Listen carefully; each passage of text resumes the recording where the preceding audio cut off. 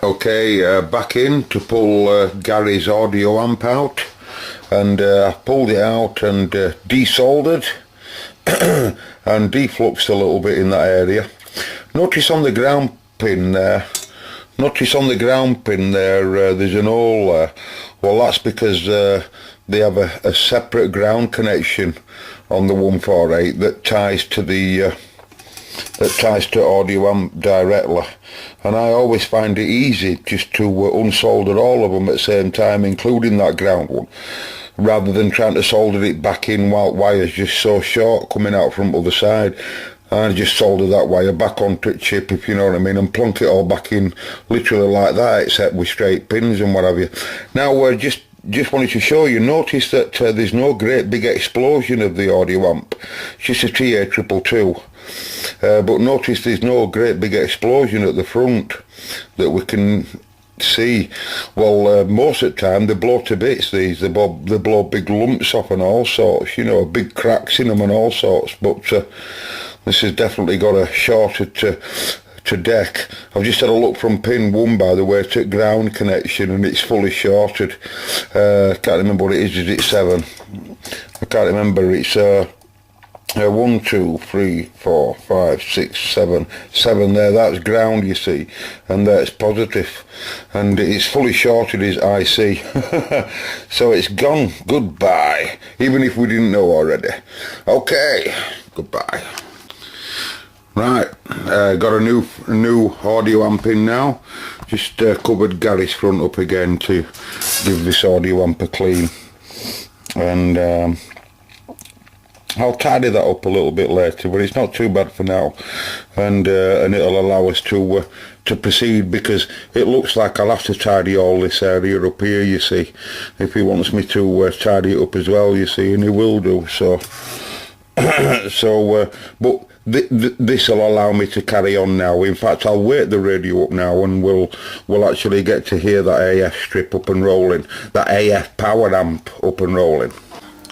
Okay, got a speaker coupled up to it now, and power supply on. I saw me blink, you know, my reservoir circuit. 27185, 10 microvolt. That's my usual standard.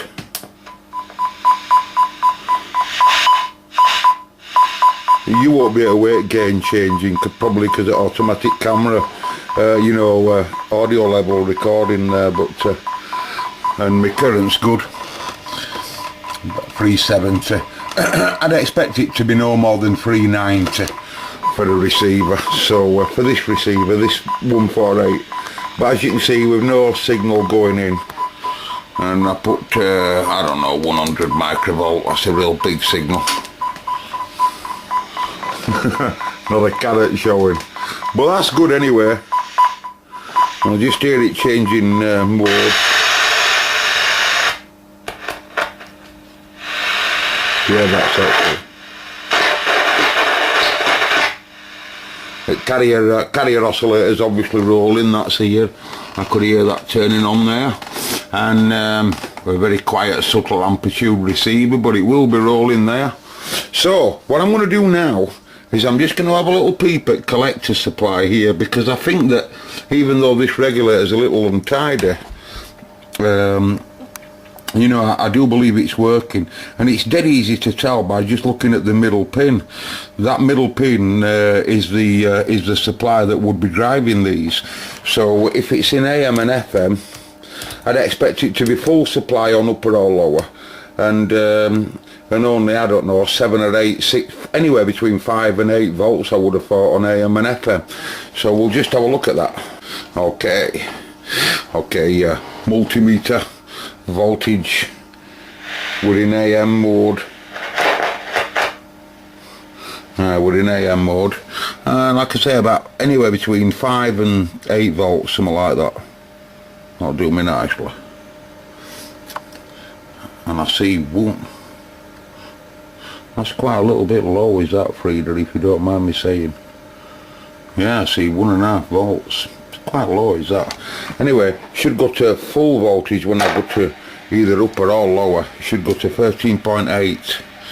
Right, so and it does go high at 12.5 volts. So we'll see how it does.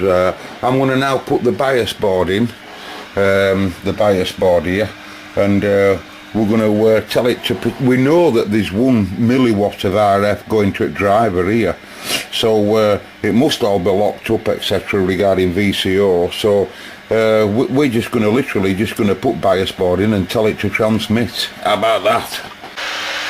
Well, it is transmitting. This has got variable power on this swire calibrate here, and what they've done here, there would have been a 5 kilohertz, there'd have been a 5 kiloohm trimmer in there, 5K trimmer, that would have presetted the AM/FM carrier. They've taken the 3 wires up here, and they've run them to a potential divider. Not just the fact, this is a fact, the SWR trimmer here is 5K, that's why they often use that trimmer, because the value for value, it matches up 5K to 5K that would be here as a trimmer. But in this case, what they've done, they've added a trimmer as well. Can you see the trimmer?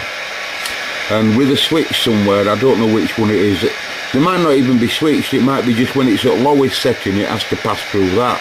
Therefore, fixing its low setting or fixing its high setting, whichever, I'm not too sure. But anyway, that's not the problem. The problem is that the output strip is not working correctly. There's some serious issue going on in there. I'll tell you for why, because I'm in FM mode now. I'm in FM, and when I keep mic, you can see there, I'm drawing nearly 1300, 1.3 nearly 1.3 amp, right? But I've got that carrier control turned quite low, because I can tell by Frida here that it's hardly doing any output. Look at that. Can you see its power there? And for the, it isn't even doing, just doing about half a watt, doing about half a watt of carrier. But half a watt of carrier for that sort of amperage, there's a serious transfer rate problem in RF. So I would have said anyway, so I would have said that it's very possible that one of these 2 finals has got an issue, and best thing to do at this stage is to we'll have to have a look at that. We'll have to have a look at the collector supply is where it should be regarding whether this regulator, when it's under load, to see if it's breaking down this regulator under load, you see. So that's what we'll do next. Okay.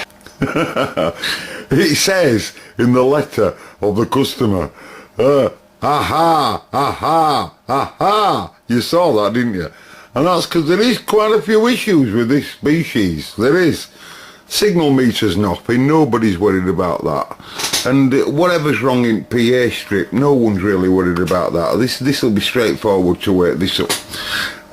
We've seen it's been in catastrophic mains failure. Anyway, I've got a big signal going in at the moment, even though you can't see anything. But I noticed I don't think my clarifier in KC shift is working at all. I don't think it's working. I don't think it's moving. Okay, so for me to be able to test that, what I'm going to do now is just to see if it's on receive, because I know I've got a PA problem. I know we could have a look, we can still see it, but we can do it with receiver also. I'll tell the generator to put a very weak signal in. I'm at 100 microvolt now, and I'll pump it right down to, I don't know, 0.200 microvolt. That's a weak signal now. I'll even make it a bit weaker, hang on.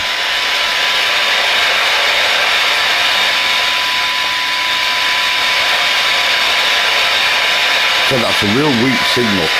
Now if I move my KC shift around now, I should be, it's that weak, I should be able to lose it completely and bring it back. Can you see?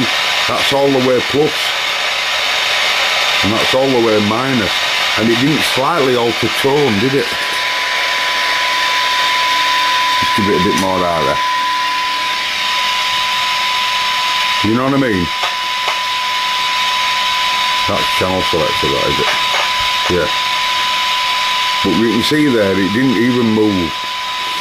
So there's no variactor stage going on neither. There's no variactor. There's no variactor tuning going on. Hey, poor little Cobra. Hey, when are you gonna next DX on triple? It'll be a while, won't it? Hey, you're not gonna talk to anyone like that. Okay, so which problem do I have to have first? The PA strip or the tune? We'll see the tune not working, because what we'll do is I'll use a voltmeter and I'll look at the variactor, the clarifier in KC shift on this model, attack the loops variactor, or should I say that they control the loops variactor there. That's just at one side of here, right? So what I'll do is I'll just have a look to see whether I've got a voltage there at that point, and if it's moving around, and it won't be, or there'll be something missing, there'll be no voltage or something like that. We have seen this before on this model. Okay, so poor little Cobra, we'll be back.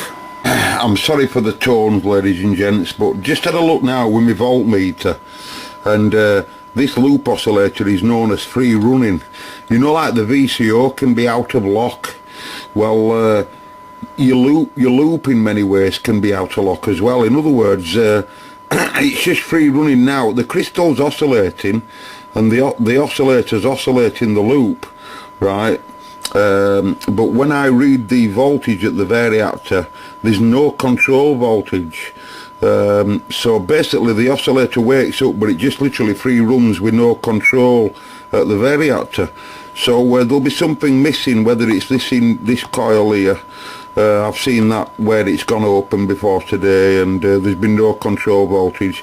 But easiest way I reckon is go straight now to the KC shift wiper, the KC shift or the clarifier's wiper, because there is a bit of TX-RX switching going on that moves diodes around, that stops the clarifier working in transmit, you see. So that's what I'll do next, is I'll have a look at the wiper supply.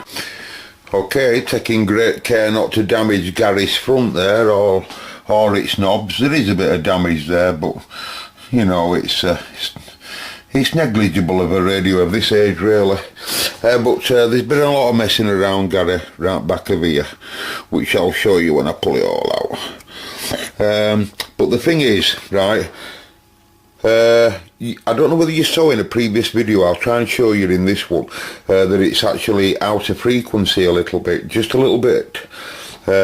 But the last thing I'd want to do is go and adjust in any of the radio at this stage, even though I'm only in fault finding. I'm just trying to find all its faults one by one in an order if I can, you know. We've got to pull front off to do this bulb and this front panel. So we've really got to find out what crack is with this KC shift, because if we try to get resolution frequency perfect here, if there's no voltage at the variactor, as soon as we get voltage working again, you'll find radio goes in the proper place, or where it originally should be. Now then, do you remember that red wire? Well, at first I thought it had something to do with the bulb that's just over the top, but it isn't. The bulb's just connected there, look, ground to ground. It's just been put over the top there.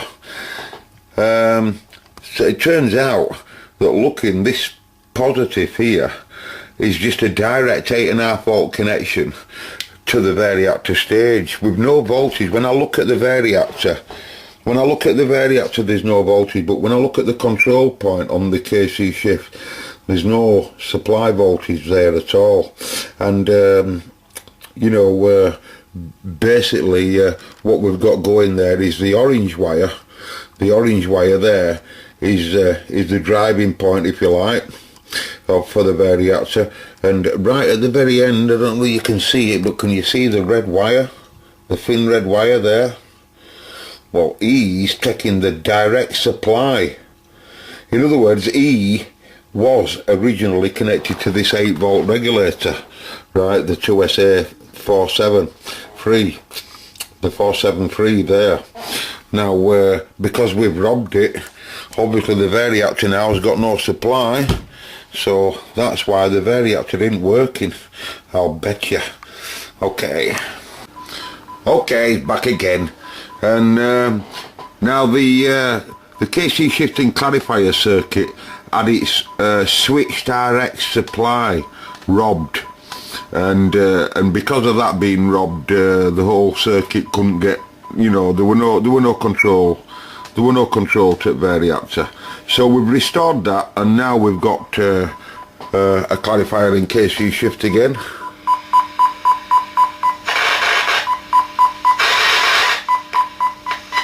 Right, and now then the next mission is now to find out why the RF to current transfer rate were incorrect in its PA, and what I did to do that is I keyed the mic and I had a look at the voltage regulator.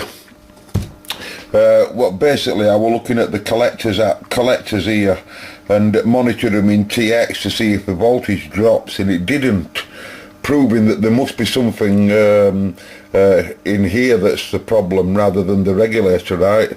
So next mission is to do a bias check. A bias check will reveal that problem, I'm sure. Another thing I've noticed here, can you see the carrier balance trimmer? Can you see how it's turned nearly 3/4 on, or nearly 1/4 there? Well, that means that the PA strip, for me to set the bias up correctly, the PA strip will be trying to do RF in SSB, because it carrier balance producing some RF. You can't get a perfect bias set up unless it's not doing any RF. In my opinion, I mean, you know, you'd probably just put that in middle normally, but I'll just couple my scope up, you see, and see that there's no RF being produced, and then I'll have a look at bias. Okay, ladies and gents, using my scope now, I've just monitored the collector of this pre-driver transistor here, and then I'll be able to see any carrier you see being amplified by him in the TX strip, and that's how I got me carrier balance control to 0. It doesn't look like 12 o'clock, but that's where it is for 0 anyway, for no carrier on the scope there. So now I can have a look at this transfer rate problem, current to transfer, in a bit more detail, and find out which of the, whether it be the driver or the final, that's got the issue. And that's dead easy. I think that's dead easy, because like I say, the best thing to do is just do a bias check. That's the easiest way. Something will be going on. Just hang on. Okay, back again. Going to ask the animal to TX now. In SSB mode, no mic gain. There's no audio going in from Marconi. It's off. Look. Okay, and I've got me Evo coupled up. Just normal procedure for bias checking. And I'm just going to, as soon as I touch this now to the driver, I'll be turning that on theoretically, right? Oh, bias is way high on the driver.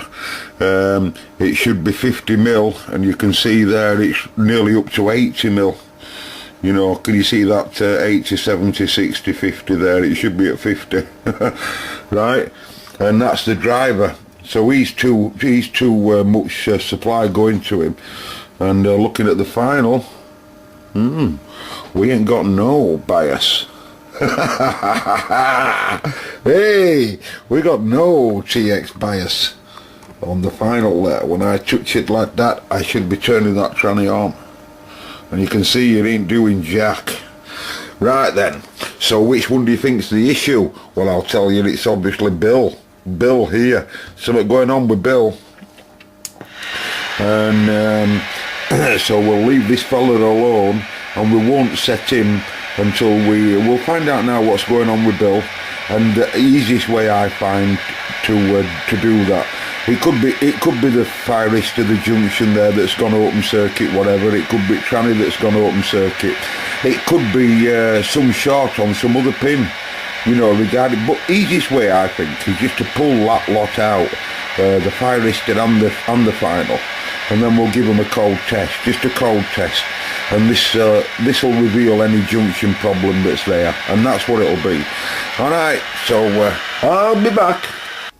Okay, armed and dangerous, cup of tea, and transistor out, and all the area cleaned up here, including getting rid of all its silicon grease here at back, so that when I come to put my tranny in, it'll look tidy at least. And the Fireistas fine, but the 2312 has gone to another planet on one of its junctions, and it will be that's causing the issue. So at least the Fireistas are okay, which is really excellent. So we'll get a new tranny in there, and then we'll have a look at the BIOS again. Okay, so armed and dangerous with a part from my mate John Boy there. If you ever need parts, you've just got to go to my mate John Boy. Can't have everything all the time, but it's certainly worth a try. Anyway, using one of John's 04As there, if I can get me focus, a 69, and we'll just get that greased up and get it in there. Okay, now all the parts laid out as I normally do there, and silicon grease on one side of that isolator, small amount of silicon grease on the Fireista, and a little bit of silicon there on the tranny there, and the isolator that's got the thermal compound on will be the nearest to the chassis, and then when everything else gets built, everything has a layer of thermal on its right side, if you know what I mean. Okay, with the new transistor in now, excuse me, and now I'm just going to do a BIOS check again. Which animal into TX, same procedure as before, and I'll just set that to 50 there, look, 50 mil, that's on final, and 50 mil on driver. That's marvellous. And now we know I've already nulled its RF at that point. That BIOS won't be too far off, and we'll get it to produce some RF. Okay, all being well. Okay, we've got RF again up and rolling. Reasonable power. I've had to get better, I'll have to put a bigger PSU on. But current's not so bad at all now. And if I tell it to just produce some TX, you can see it's slightly out of frequency. Can you see that? 6.5 watts, and at 1834. Well, what I notice is that my KC shift is not working in TX. It's not working in TX. It's working in RX, but it's not working in TX. So we'll have to look through the whole of the wiring of that, right? But we're up and rolling regarding that. I can listen to my monitor. Hello, testing, 1, 2, testing, and that's just on 185 there, FM. But the thing is, by the way, I've had a look at it, by the way, previously, and it does exactly what I said earlier. It's super low, mid, high. Just leaving low, mid and higher standard, and then switching the two other groups of diodes, as I said earlier, and and it's working perfect. Splits is splits, and you can see deviations turn quite up here, but according to Marconi,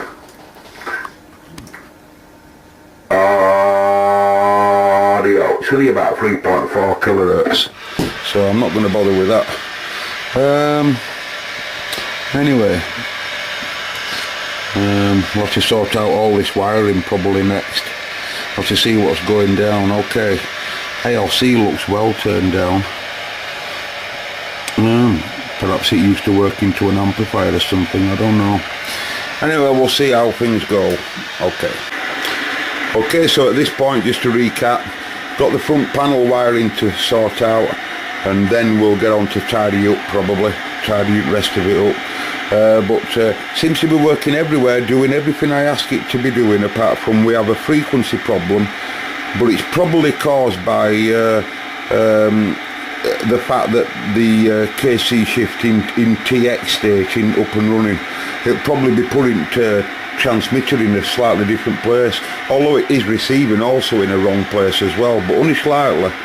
So we'll have to get this TX supply sorted, but just listening to it on the monitor on SSB, and you won't be able to hear it, but it doesn't sound so bad. Audio. Wish I were an octopus. Audio. Audio.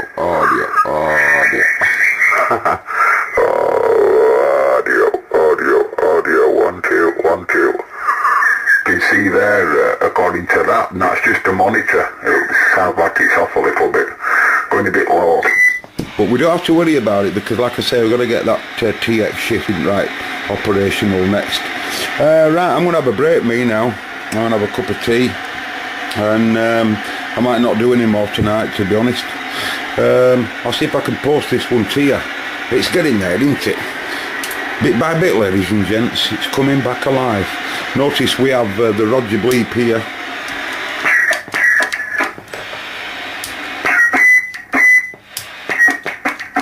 And this one's a split switch here, and this is something to do with power control.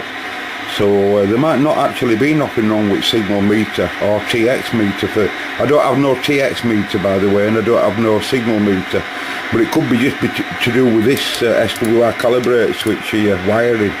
Alright, catch you later everybody, and we're waving a hand. Goodbye.